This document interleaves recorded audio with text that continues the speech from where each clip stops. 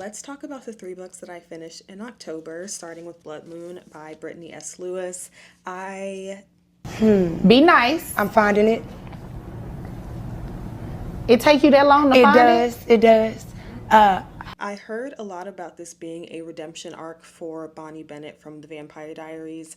I didn't get anything of Bonnie Bennett. There are no witches in here. It's really, quite frankly, just a Twilight retelling. I love The Vampire Diaries. I am always rooting for Bonnie Bennett.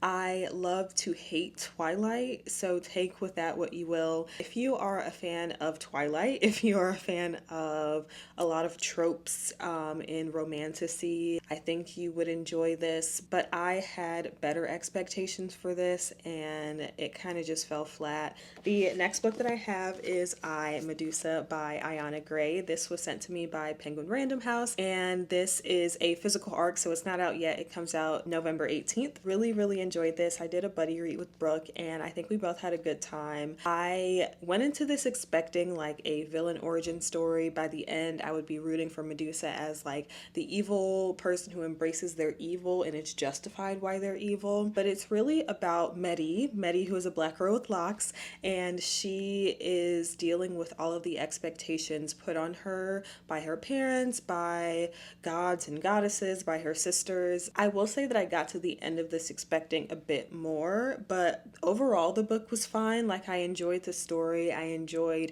Medi as a character. So the ending wasn't my favorite, but overall I would still recommend this book.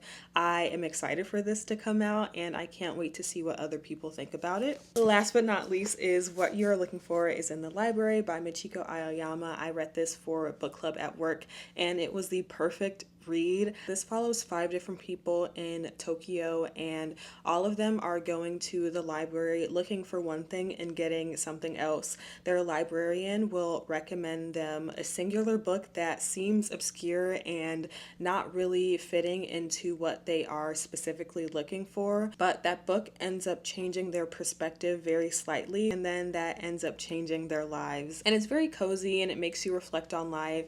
It's honestly like the perfect fall read, and it's the perfect thing that you can read to like feel good about where you are. This book was just full of reminders that you are exactly where you need to be, and eventually the thing that you actually need, not necessarily want, but the thing that you actually need is coming.